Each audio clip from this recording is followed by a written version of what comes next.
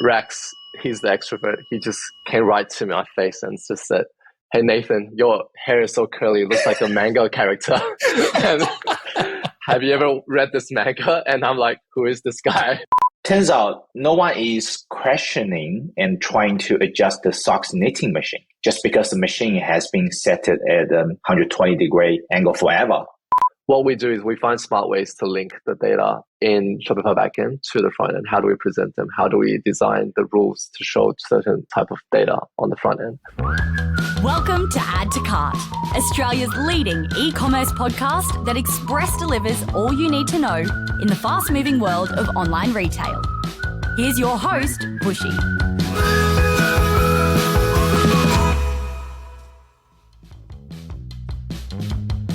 Welcome to another episode of Add to Cart. I'm Bushy and I'm joining you from the land of the Turrbal people, otherwise known as Brisbane, Australia.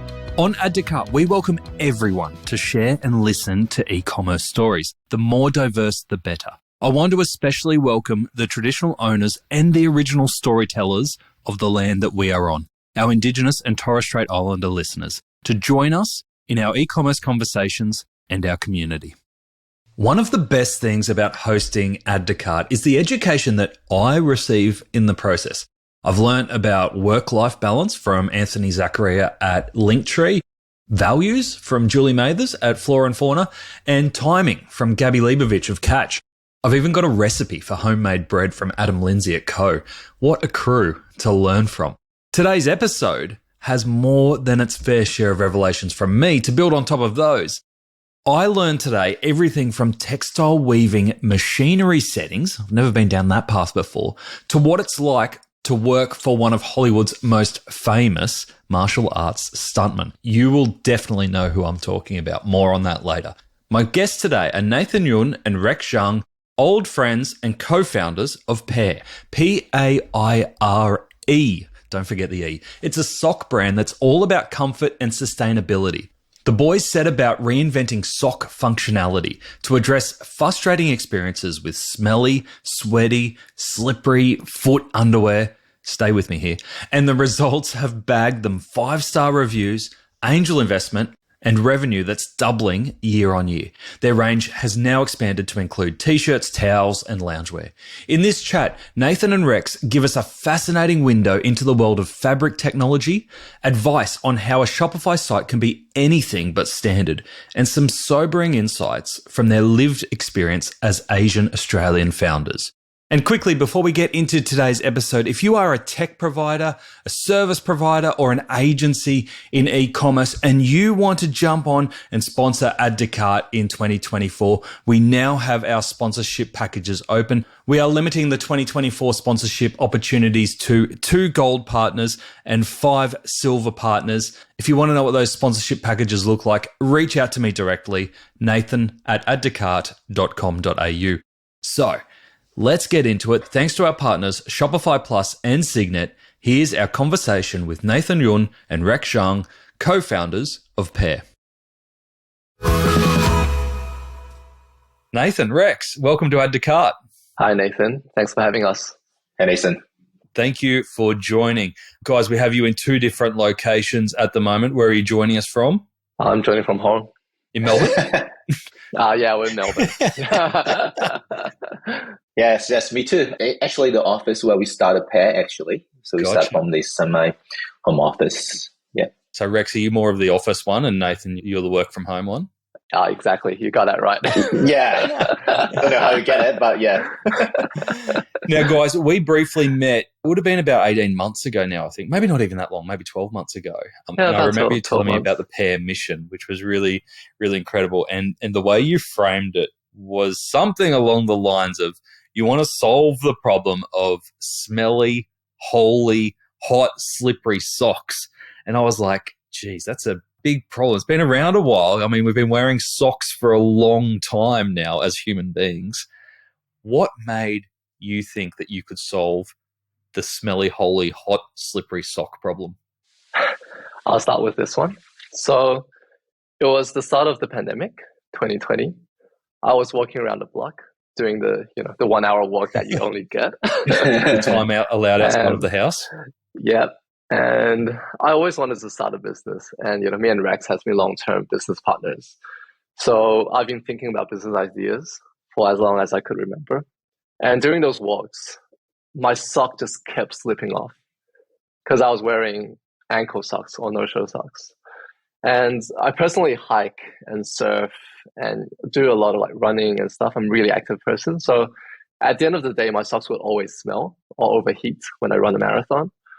So it just kind of came naturally to me one day when my socks just slipped off again. And I was like, I'm having enough of this. What if we could just make one perfect sock that solves all these problems? So while everyone is locked down in their homes, worried about COVID, worried about toilet paper, worried about staying healthy, you're worried about your socks. Yeah, exactly. Yeah. It was just so annoying during the walk. So I'm usually the kind of person that would notice these little problems, and I just come up with a problem and a question. So I went to my friend Rex, I said we were business partners, and I just asked him, is there a possibility that we can just solve all these problems in one product and we just make one perfect sock? Does that sound like a legitimate business idea? And that's how we came up with the idea, really. And then, I'll let Rex take over the rest because he's usually the problem solver. I just ask him questions. So you lobbed up the big problem and you went, Rex, you got an idea on how we solve that? Exactly. Yeah, that's what happened. I was like, give me a perfect socks. I think socks is really not good enough. On the other side, I always see myself as a product person. I always get fascinated by beautiful craft goods and love digging into problems and solving them. So I thought that's an interesting topic. And we dig into the issues and we find that's why. The reason why the sock is smelly is probably two things. All right, before we get into that, Rex, are you as passionate about socks as Nathan is at this stage? Not really. Not the socks. I mean, textile goods, yes, but not particular socks because my family background. So I was interested in mostly clothing, sort of thing. I was passionate about t-shirt though. Yeah, we'll get to that. We'll get to that. Yeah. So two reasons. Yeah, two reasons why your feet is smelly is probably one is because your feet is are sweating, and there are bacteria growing. So to solve these problems, basically, in a sustainable way, is basically actually combining wool and cotton. So wool is antibacterial and cotton is moisture wicking. It just sounds like a very simple and easy solution, but the reason why other brands are not doing it is because wool and cotton are very different fibers. So to combine them at a yarn level and getting the yarn thin enough to knit into socks is extremely difficult. So I know nothing about fibers. So wool is, I'm assuming, pretty thick and a bit more fragile than cotton? Wool is animal fiber and cotton is from plant. So when you're dyeing that two fibers, it's applying very, very different method. Okay. And also they have different length. So cotton the fiber has one length and the merino wool has a different length. Okay. So if you want to combine that two fiber together, you have to find a matching length. So that's why it's very hard. Okay. Yeah, and another interesting find was the reason why Mason socks are slippery is simply because most of the socks are knitted at a 120 degree angle, but your feet is 90 degree. Right. Yeah. So, and turns out no one is questioning and trying to adjust the socks knitting machine just because the machine has been set at 120 degree angle forever. So why 120 degrees? Is that just a thing that is just industry wide? When the socks machine first came out, which is old generation of the socks, that's an easy way to operate. And also, when you knit the socks at 120 degree, the top and the bottom is aligned together. So you can flat lay your socks and it looks decent. But looks good, but doesn't feel good when you put them on. So when we developing Paire socks, we actually requested the factory to actually adjust the machine to different settings. So it's capable to knit a 90 degree socks. And also you need the new kind of a stabilizing method to make the socks 90 degree as well. Had anyone asked them to do that before you? I don't know. But the factory was like, okay, that's a weird request. We never had that.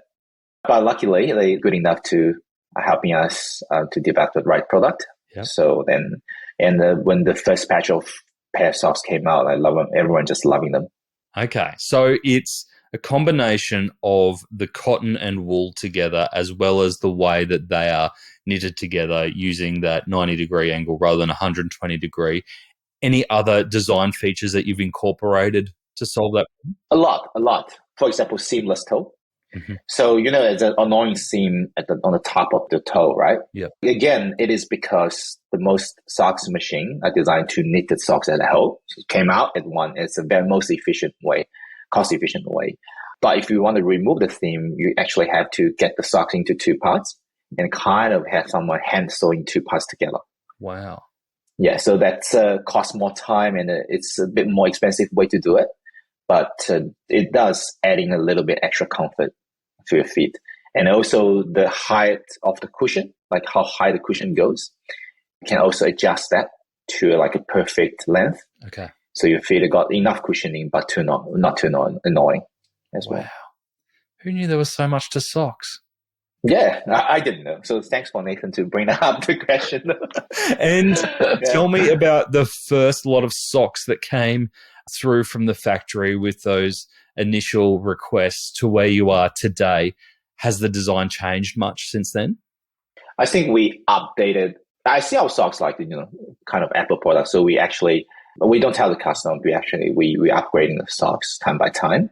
Try to refine the yarn, because the yarn we developed is quite unique and no one done it before. So we try to using a better material, better cotton, better wool, better method. And also we're starting to touch up on the small things. For example, reduce the packaging and also adding a bit like a small size logo on the back of your heel. So that's like through customer request. They're like people starting to getting like 20 pairs for the whole family and mixing them up in the washing machine. So we're like, okay, let's put a size tag on it.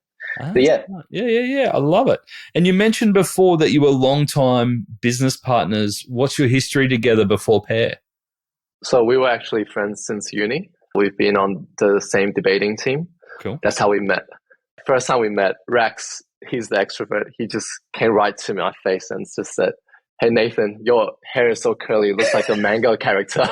And have you ever read this manga? And I'm like, who is this guy? Yeah. I didn't know your name. I just go, hey dude, your hair. Yeah.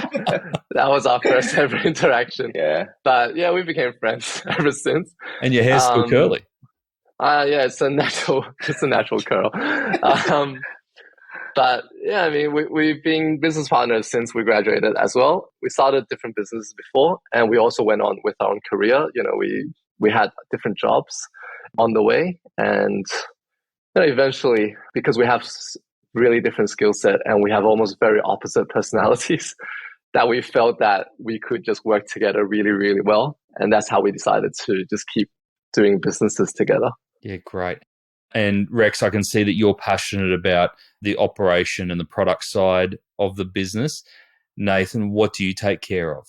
So I take after most of the branding, marketing, tech, creative. How we differentiate our job is kind of like I look after all the intangible things and Rex look after all the tangible things. Yeah, great. My background comes from creative and branding. I heard in your background as I was doing a bit of research, and I want to know if this is a furphy or not, that you were actually working with Jackie Chan. Yes, that is true. Really? I feel like that's the kind of thing that you would have thrown into an interview just because you were bored in an interview and you're like, I'll throw this in and see if they pick up on it. Honestly, I got asked about Jackie Chan so many times in my life. It just kind of became not a big deal for me. Good guy? Yeah, I mean, he's all right. Don't worry, I don't think he listens to this, so you might be all right. Okay, I hope he doesn't. But yeah, he's a very serious person in reality. Okay. Very, very serious boss. Like almost a bit scary at times.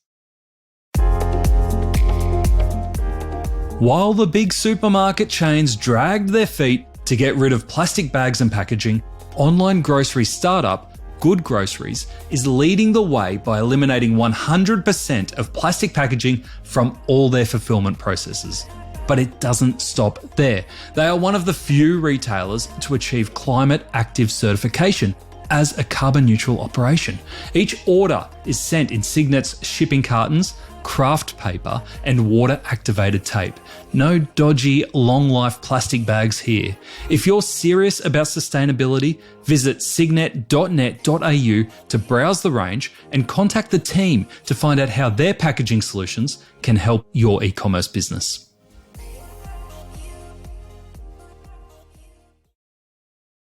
I was his assistant for a year. We traveled around together. I've been in investment meetings with him, funding for movies, script meetings, production sets, Cannes Film Festival. Holy moly. Everything. Yeah, I've been his assistant on a lot of occasions. It was a pretty good ride, fun ride. Have you sent him any socks? Nah, we're not that close. We're trying to get him a pair. Yeah, I love it. Yeah. So obviously the business is called Paire, and I think the name makes sense, Paire. So a little bit fancy, not just your standard pair. Put an E on the end and it sounds more international. You've now expanded, though, beyond socks into shirts, towels, underwear, and I can imagine that there's more on the cards there. You've been really known for socks, and your whole brand, your whole business name is Paire for socks. Is it hard for you to keep that differentiation in market and to be known for something when you start expanding the product range so fast? So we did start with socks because we thought it was a good product to break into the market. There's so many problems to be solved. There's not one good sock brand. So we thought we'll bring one good product to the market and see if our business model works. But in reality, our business model is actually developing our own unique materials and solve very specific problems with garments. And the mission of Paire has always been solving fashion problems with more sustainable, more comfortable, and just better products. We're selling products that are not just sustainable. It's something that people actually want. We're really strong in functionality, really strong in comfort. And when we had the name Paire, it also stands for a pair of underwear. It's a pair of pants, a pair of PJs. It could be, your perfect pair of wardrobe. It's a perfect pair of you and the earth, etc. So, when we had the brand in mind, we weren't tied on just socks. We always wanted to expand. We always wanted to use Rex's knowledge and technology to develop products that are just good in general, good for the earth and good for yourself. So we weren't that worried about losing our identity. We did a survey probably 1 year into launching Paire, and we asked our customers, what do you want us to launch next as a product? Interestingly enough, actually quite a lot of customers said, whatever you launch, we'll buy. And at the time, we only launched socks. Yeah. But I guess that's how good the socks are. And people were like, I just trust you with your material and your design. You will do anything well. So that gave us a lot of confidence. So we went on and launched on these t-shirts, towels, hoodies, sweatpants, loungewear, etc. So I guess that kind of answers. And for me, I just manage kind of the brand identity, where we're heading. But Rex is the real know-how. So he really champions the textile development and material science. And that's how we go into the strategy here. And Rex, does that come with a pressure then? Because I could imagine that, you talked through the complexity of combining wool and cotton together, but there are a whole range of materials that are becoming more popular. We talked about bamboo. There's lots of other materials that are hitting the market that are talking to some of those same things around comfort, solving those old issues. Is combining wool and cotton enough of a differentiator to keep you relevant, or do you need to keep pushing forward in the innovation? Actually, the textile industry is developing a lot every year. It's moving fast, but the react on the market is not improving fast enough. After decades, we still see most of our t-shirts are cotton t-shirts, right? So yes, there is pressure, but it's also interests me, what can we do better? So Paire's mission, as Nathan said, from day one was to balance the performance, comfort, and sustainability, right? So if you're looking at these three angles, you can actually always find something to improve. So for example, our t-shirt, right? Most t-shirt, as I say, there is either cotton for the softness or polyester for the performance.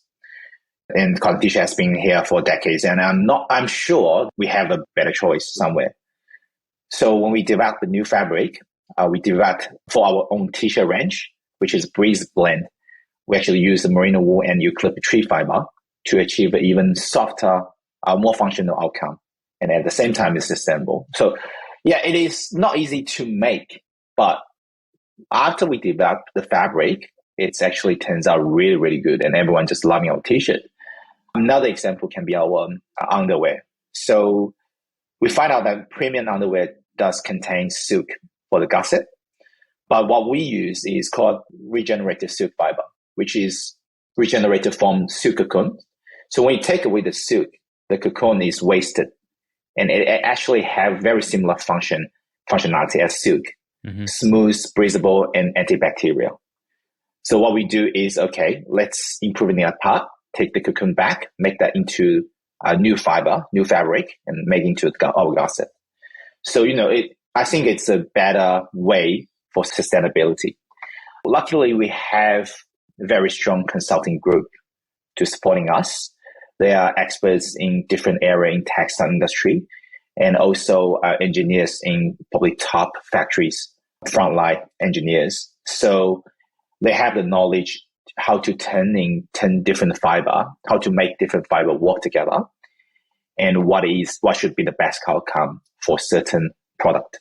Gotcha. Because that was going to be my next question is how do you stay on top of it and how do you test all these different combinations, but you partner with specialists in the field who might know you and what you're trying to achieve and bring you some options for you to have a look through and have a play with. Is that right? Yeah. So my family background is always textile. So my dad has been in textile for over 30 years. Textile technology is our table talks, and it's all what he and his friends talk about every day, daily, since I was a kid. So, this is new things came out. There's a new treatment of the wool. There's a new type of nylons coming out. Really exciting. And what we do is normally, so we have experts in different areas. So there's a lot of different areas in textile: wool, silk, cotton, synthetic fibers, knitting, dyeing. That's all different area, right? So we get consulting from each area, and when we decide we want to launch a certain product, we will list all the issues that we have for that particular product and bring to the experts, say, okay, let's say we want a perfect socks. What should we use? What should we do? And if we're getting very similar answer from all experts saying, okay, Rex, tell you what, if you can combine wool and cotton, that's a perfect fabric for the socks because ABC. Okay. Then the second question will be, can we make it? Is it possible? Sometimes it's possible, but probably not reasonable price point. And sometimes so we can try it. So I think those group of people are kind of underestimated somehow. Mm-hmm. So because their daily work is to produce cotton t-shirts, right? Cotton fabric. But they are not trained to do that. They're trained to develop more advanced fabrics. Yep. And to update what's out there in the market. So every time when I talk to them, I can see they are very passionate about trying new things because they want this opportunity as well to create something new and let Paire to test in the market and see if it does works or not. Yeah. So I think that's how we do development. Right. That makes a lot of sense. I saw that you've raised $2 million of angel investing, including from one of the friends on our show, Ethan Didiscalou from July Luggage. Tell me about that process because you're still a relatively young brand. How do you go about raising that level of angel investing in the early stages? So it did took us a while to get to 2 million. Personally, I've known Richard, who's from July as well. I've known him as a friend for years.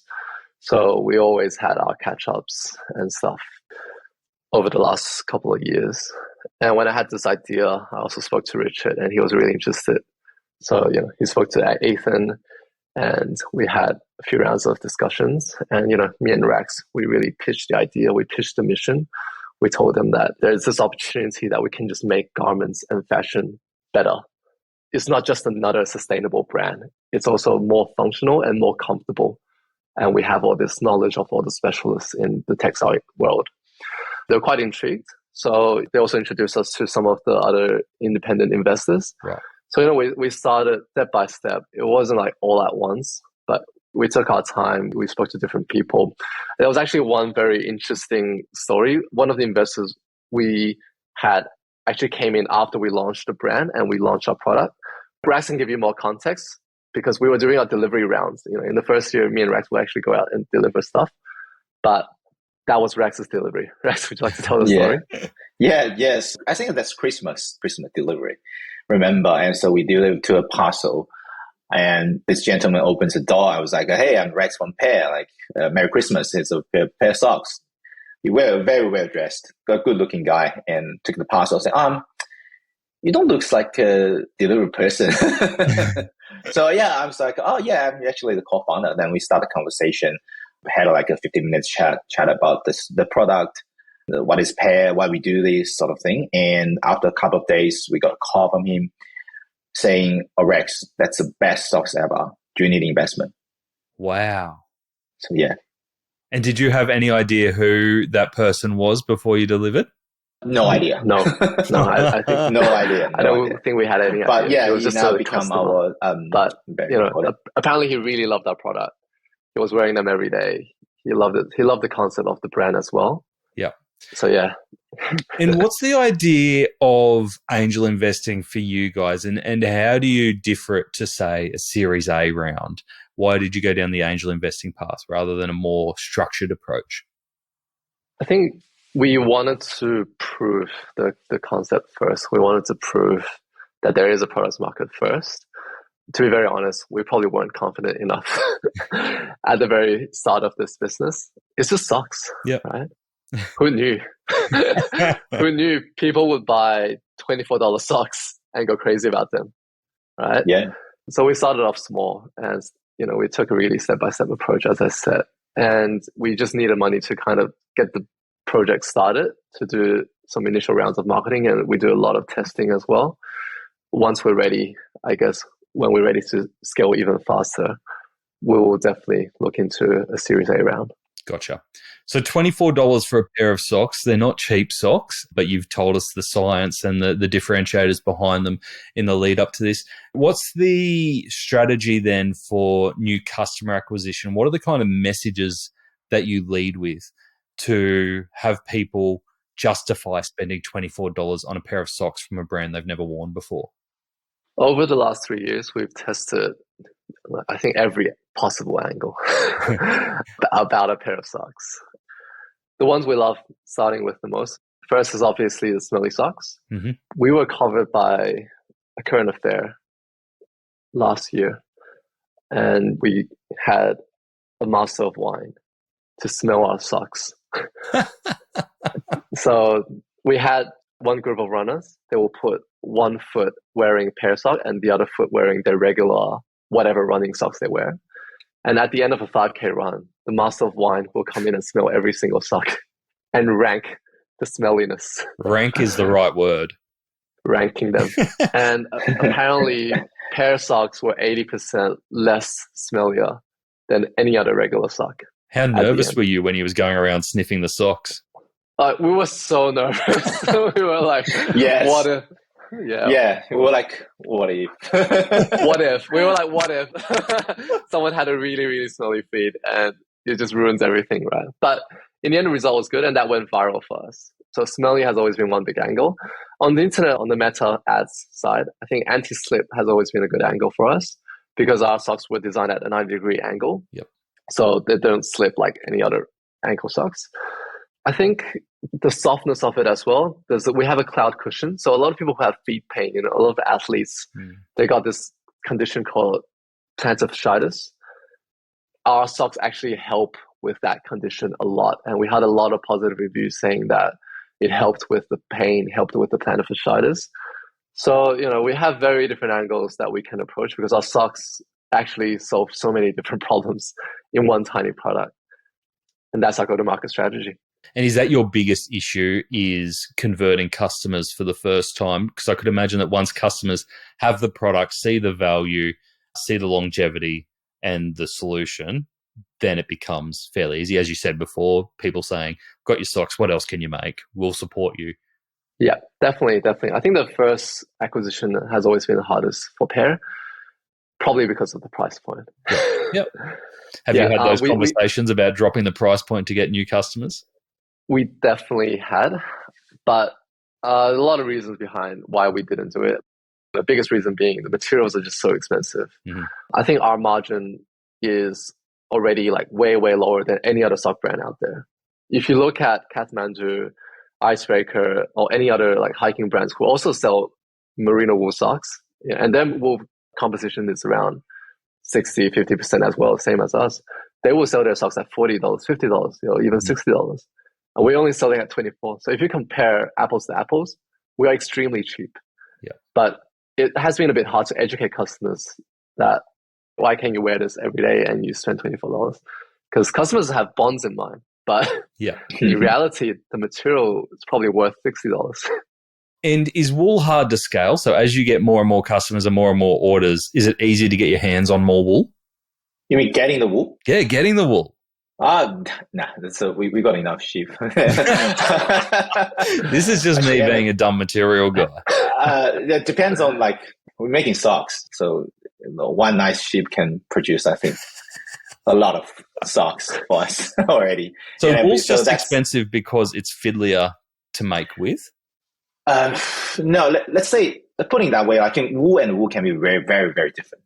Okay. Even merino wool and the micro lens is very, very different. And so to knit into our socks, you need certain length. You need to be long enough. Otherwise, as I mentioned, you have to be matching the cotton length, right? So to get that part of the wool is not cheap. Okay. It's not cheap. But yeah, in terms of quantity, I think we're still small brands. There's definitely other brands. Let's say with the wool we use is normally making very premium coats or something like that. But one Max Mara coat probably can make hundreds of pair of socks, I would say. Gotcha. Okay. So we don't have a wool problem. It's more that you use a specific part or type of wool and the length that's required that makes it expensive. Tell me about the website, because you do have a beautiful website. It is so well designed, I think, and it doesn't look like, when I look at it, I know you're a Shopify e-commerce store, but it doesn't look like a templated Shopify store. You've obviously put a lot of effort into design and creating something that is unique. Tell me about the design process that you've taken on there and how much of it is custom versus kind of off-the-shelf templates. It's pretty much completely custom. To answer in short, yep. We did approach the design of the website with a lot of effort. We worked with a local brand agency called Love and Money. Mm-hmm. They're pretty established, I guess, in the design world. And we worked on the branding with them. They had the initial round of design for the website, but I worked on it after that and added a bunch of things. We did a lot of A/B tests. We do a lot of crow tests internally. And I've been trying to balance the, I guess, functionality, conversion rate, performance of the website with aesthetics on the other side. And we work with a tech agency at the same time to build out the very custom codes and templates ourselves. We don't really use any off-the-shelf templates with our Shopify theme. Amazing. Yeah. It's a big call for a relatively young brand. Was there any non-negotiables for you as you're briefing in your agency that you went, the design has to have this because I'm sick of seeing the same old on every other website. I want this. There definitely was. I think the first version of our website, we had a really unique homepage, which we don't use anymore now. But that was a non-negotiable design that we really wanted because, as you said, the main reason of going fully custom is because we don't want to look like any other Shopify store anymore. And anyone who works in the industry like you, they will tell us hey, how did you build your website? It doesn't look like a Shopify store. And I'll tell them it's actually Shopify. They will always be shocked. But, we find ways to get around it. And we manage our site speed with very, I would say, detailed work in the codes. We try to find smart ways to get around it. But at the end of the day, it's still Shopify because Shopify still gives us the most flexibility with different apps. But it's a balance between tech efficiency and what you want to achieve as a website. Does it create many unexpected issues when there are so many new features dropping or updates dropping regularly? From Shopify? From Shopify, or maybe some of your app partners or integration partners? Sometimes it does, but that's the benefit of staying Shopify native, I'll say, which is, even though it's a fully custom theme, but it's only the front end part. A lot of the core functions are still coming from Shopify itself, like the checkout and the product backend and stuff. What we do is we find smart ways to link the data in Shopify backend to the front end. How do we present them? How do we design the rules to show certain type of data on the front end? So whenever Shopify makes an update, we already have a dynamic logic that can kind of present it properly on the front end as well. So it doesn't really break anything. The tricky part always comes in the integration. When we first want to integrate something, we need to do a quick custom build in, but that doesn't take much time. Yeah, okay. You just got to build that into your process. Yeah, it's been pretty standard for us anyways. Yeah. It's not going to take a full day. I noticed that you've got Shopify one-page checkout enabled. It's a relatively new feature from Shopify. Have you noticed anything at all in terms of the change between the old checkout and the new checkout? To be honest, very honest, we haven't really noticed any uptick in the checkout to conversion rate. Yeah, I looked at the numbers as well. Didn't really make a strong impact. I've heard that from a couple of retailers lately, is that they're happy enough with it, like happy it's there, but it hasn't had huge impacts to conversion rates. Yeah, unfortunately. I mean, you could imagine that there's a huge amount of science and data that's gone into designing that. I always say to retailers is you're going to have a very bloody good reason why you choose to have a custom checkout when Shopify are using all the data from all those retailers to create what they think is the best checkout experience for a customer to increase conversion rates. So you can imagine there's a lot of science that's gone into the back of it, but it doesn't seem to have shifted a lot of customer behavior yet. Yeah, not yet. It's fairly new as well. Maybe we'll need to give it a bit more time.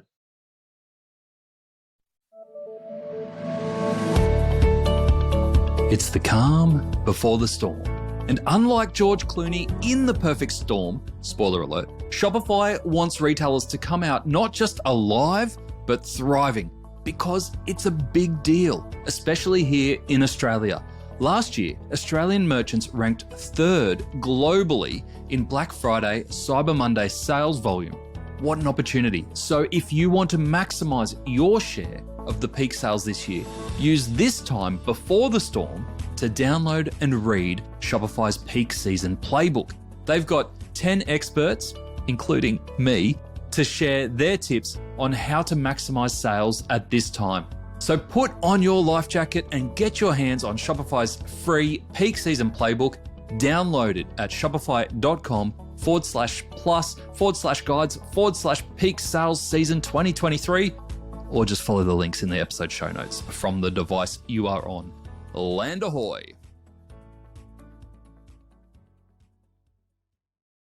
Can we talk about your product photography? Because it is extraordinary. I mean, you are You talked about how hard it is to take photos of socks before when we were talking about materials and the angles of the 120-degree angles.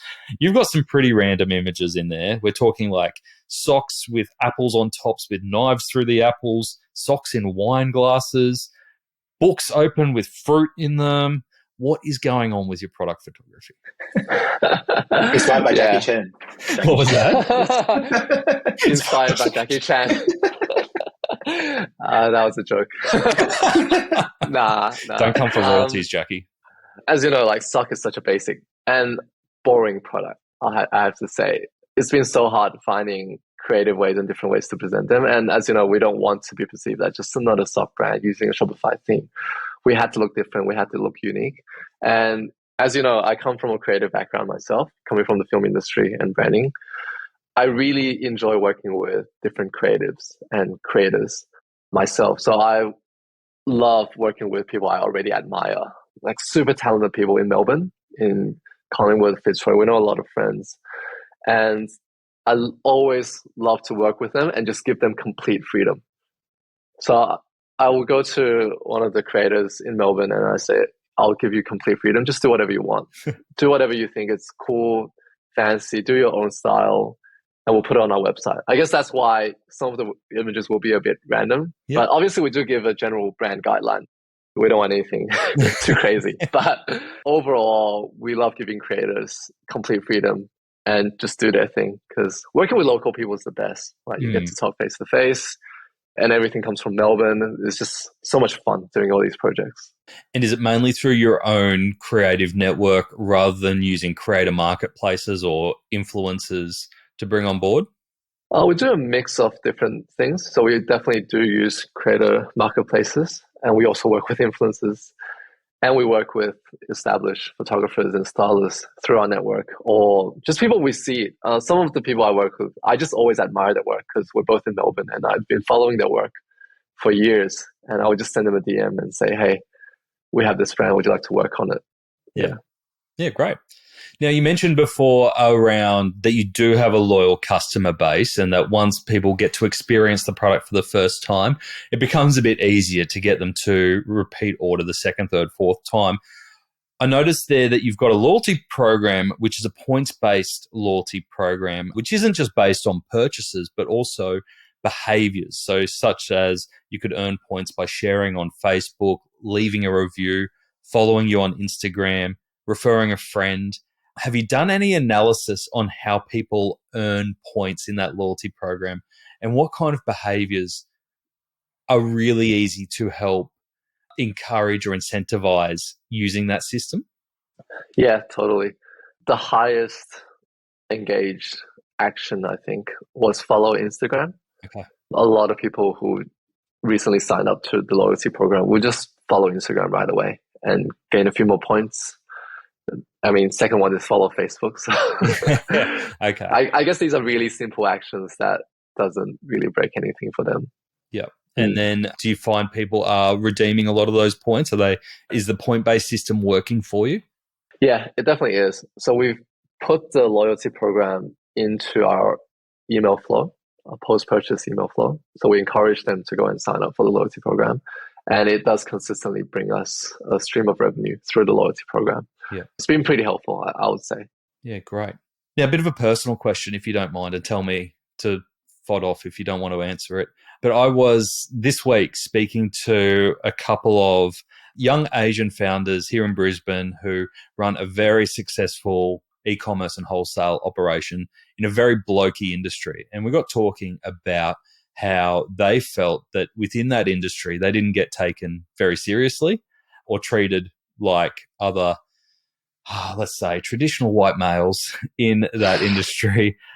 You guys are young, you guys Asian background. Do you come across any of that kind of not getting taken the same as other people or not getting taken seriously? That's a very interesting question. Thanks for asking it, by the way, Nathan. Really appreciate it, because I think that's definitely true. Unfortunately, again, I think both Rex and I felt that there's a constant need to work harder as Asian founders to get approval from other business parties or collaborators or industry people. They tend to not take you as serious as a non-Asian founder, let's say. There's a lot of small examples, like, I guess it's a very unconscious bias or subtle racism, I guess, that goes on. Sometimes we'll go to conferences and it's a lot harder for us to break ice. It's a lot harder to really have a conversation with people. They tend to just gather in their own group and comfort zone rather than talking to us. I'll say they might pronounce your names wrong. They might just forget about you, etc. It's a lot harder to pitch as well, Yeah. I'll say. I think a lot of small little things builds up to this general feeling. When we want to talk to, I guess, other businesses to collaborate or to work with trade parties, I feel like business numbers speak a lot more than who we are. We have to prove that our business numbers. So, for example, some other brands out there, they might have fifth of our revenue, but people will take them a lot more serious. But we need to kind of deliver 5 times the revenue to say, like, hey, we're actually a legit business. we're not just two Asian guys coming out trying to, I mean, Rex will probably have more experience to share because he works on the wholesale side. Gotcha. Yeah. I'm working on the wholesale side. Actually, I consider myself as a pretty good salesman, but probably not many people know. But before Paire, I was #1 sales consultant, BMW sales consulting in Australia. Wow. Yeah. So I sold a lot of cars before that. Yeah. So I was always confident in selling stuff. But when we start wholesale, knock on the doors, it's quite hard. Mm-hmm. Got more no's than I expected, I would say. Yeah, I don't want to think that's probably a race thing, but then we changed different person in a different phase to approach probably very similar stores or things like that. And immediately it improved the result. Really? Just skill-wise, I don't think I can lose to any salesman. Yeah. But it's actually happened. So yeah, I think as Nathan said, we have to show doubling the number to get probably the similar result, similar attention. So that's the reality. So, well, we just need to work harder, I think. That must be exhausting. Yeah. A little bit, but it's a fact, and we have to deal with it, right? And we're starting a business here. Then if they need to see doubling the number, then let's just triple the number and show them. And it's a reality. Sometimes it is a bit discouraging. Like Rex is Australian citizen. I was born here, and at heart we are Australians. But still, sometimes the industry doesn't see us like that. We're probably not as Australian as they think. But another interesting thing we also notice is like a lot of ethical brands and sustainable brands, they like to post about their relationship with their Chinese factories. It's a very, very good thing they do. I love the transparent approach to it. They go and have dinners with the makers, they bond with the makers, but because they have, let's say, a white face, it's somehow a lot more legit. That it looks more legit. But when we show Rex having dinners with the makers, it just looks like a family dinner. And people will just think, oh, you are one of the Chinese makers. Right? They will think Rex is just one of the Chinese factories coming direct to Australian market. So we can't really use that transparent approach in that sense, because people will actually comment under our post and say, oh, this is another low quality made in China product. This is, get out of Australia, etc. Like we'll actually get these comments on Facebook and Instagram, which is very, very sad to see. And at a point, like we can't use this transparent approach, which other ethical brands are doing. It's very, very sad. Like we try to do it a lot of times. Yeah, but on the other hand, the fact is, I probably know more about the supply chain, more what right way to do things, what's wrong, because I just know that maybe better. Sadly, it's guys. The reality is like that. I'm really thankful that you brought that perspective and were so open with that. So thank you for that. I didn't realize the impact that it had from just being included in industry through to the impact on sales through to the messages that you can put out there. So thank you for bringing that. Tell me about the future. We were talking before. I know that you've got some international expansion on the cards and some retail happening. What are you most excited about in the next 12 months? So the biggest project that we're most excited about is the QV pop-up in Melbourne. So we're launching a QV pop-up store in November this year, 2023. So please pop in if you're in Melbourne. There's a few other things that happen in November for e-commerce. Is there a reason you put it all into there? Oh, we really want to catch the Black Friday and the Boxing Day traffic. Yeah. I mean, that's just add a little bit more workload into that busy time. Exactly. We're running sales. But we always wanted that retail touch point, I have to say, because as you can imagine, our materials are so unique that people almost have to touch it to be converted as a long-term loyal customer. So that retail piece has been always missing. We actually have office in South Melbourne, and sometimes customers walk in because they see the sign of Paire outside. They walk in, and the word we hear the most in that walk-in office is wow. Every customer who touched the material for the first time will say, wow, wow, wow. We just hear that every day. And that's how different our materials are. And that also gave us the confidence to say, hey, let's launch an offline retail store. Let's give the opportunity to all customers around Melbourne to have their hands on our materials and to really experience that. I could imagine that you guys too wouldn't settle for the standard retail experience. Where have you spent most of your time to try and reimagine how that retail experience would work? I actually did a lot of research on this one. I went around Paris, pretty much went into every retail store and kind of noted down the experience I had, because we don't want to. I mean, I was on a work trip anyway, so all I'm hearing is tax write-off.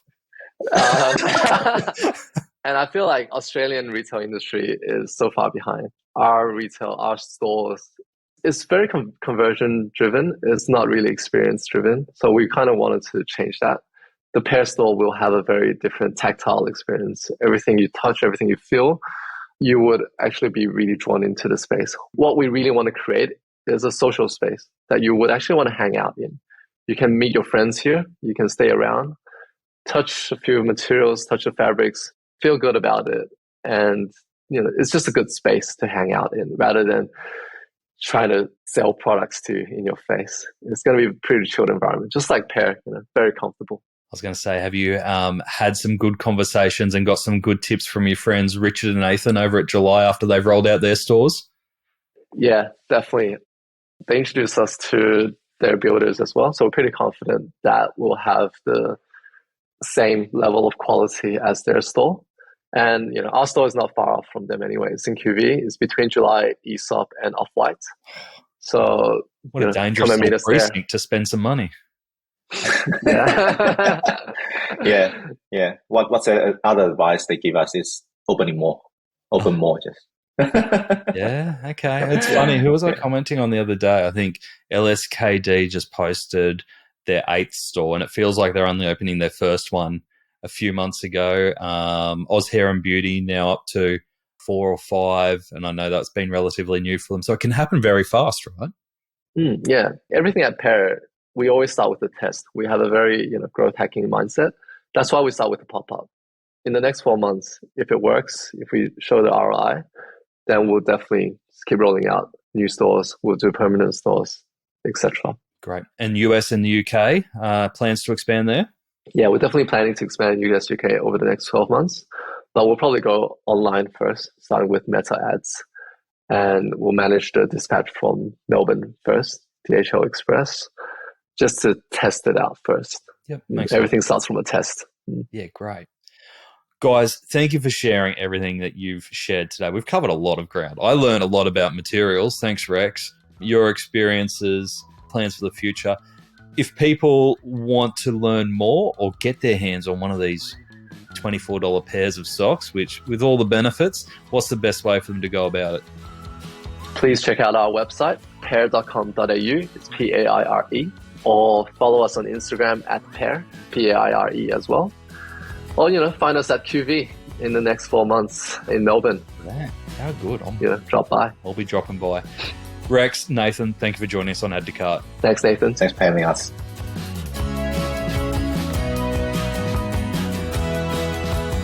When I was originally chatting to the boys about coming on to Add to Cart, I said, what do you really want to talk about? And they were like, I really think our manufacturing process and our fabric technology is really interesting. And I was like, yeah, I think it'd be worth a couple of questions. But I was drawn in so much into how they're doing in terms of even down to what angle they are creating their socks when they are stitching them together. I learned a lot. I think it was fascinating. So thank you to them both for sharing their journey so far. Here are 3 lessons that I took from that chat with Rex and Nathan. Number 1, don't be afraid to let experts do their job. That's why you've employed them after all. Paire's unique product photography is a result of photographers being allowed the creative freedom to shine and do their thing. And as you can see on the website, it creates so much energy and interest by allowing those different personalities and creative styles to shine through. Number 2, just because something has always been done a certain way doesn't mean that's the best way to do it. Questioning the status quo can lead to breakthroughs, and in Paire's case, led to a machine changing its settings and socks that didn't slip. Who knew that by changing the angle of how it's stitched together, could revolutionize socks. And number 3, Paire isn't a standard brand, but they do have a Shopify website, but they have shown that you don't have to have a templated Shopify store. They've put a lot of effort into creating an experience that stands out and really brings their brand to life. Just because you're a Shopify store and there are some beautiful templates available and you can often spot them straight away when you come across them, doesn't mean you have to settle for that. Work out what's important to you. And if it is really important that you stand out and you have something that's totally unique for you, you can still do that.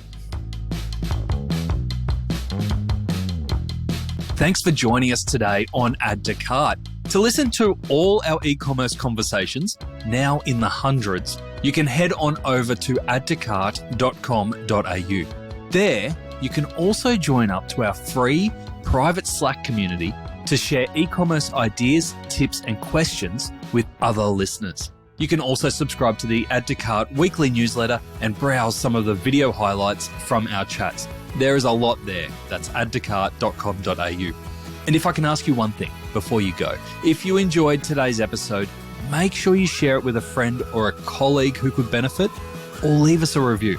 It really makes a difference. Thanks again for listening, and until next time,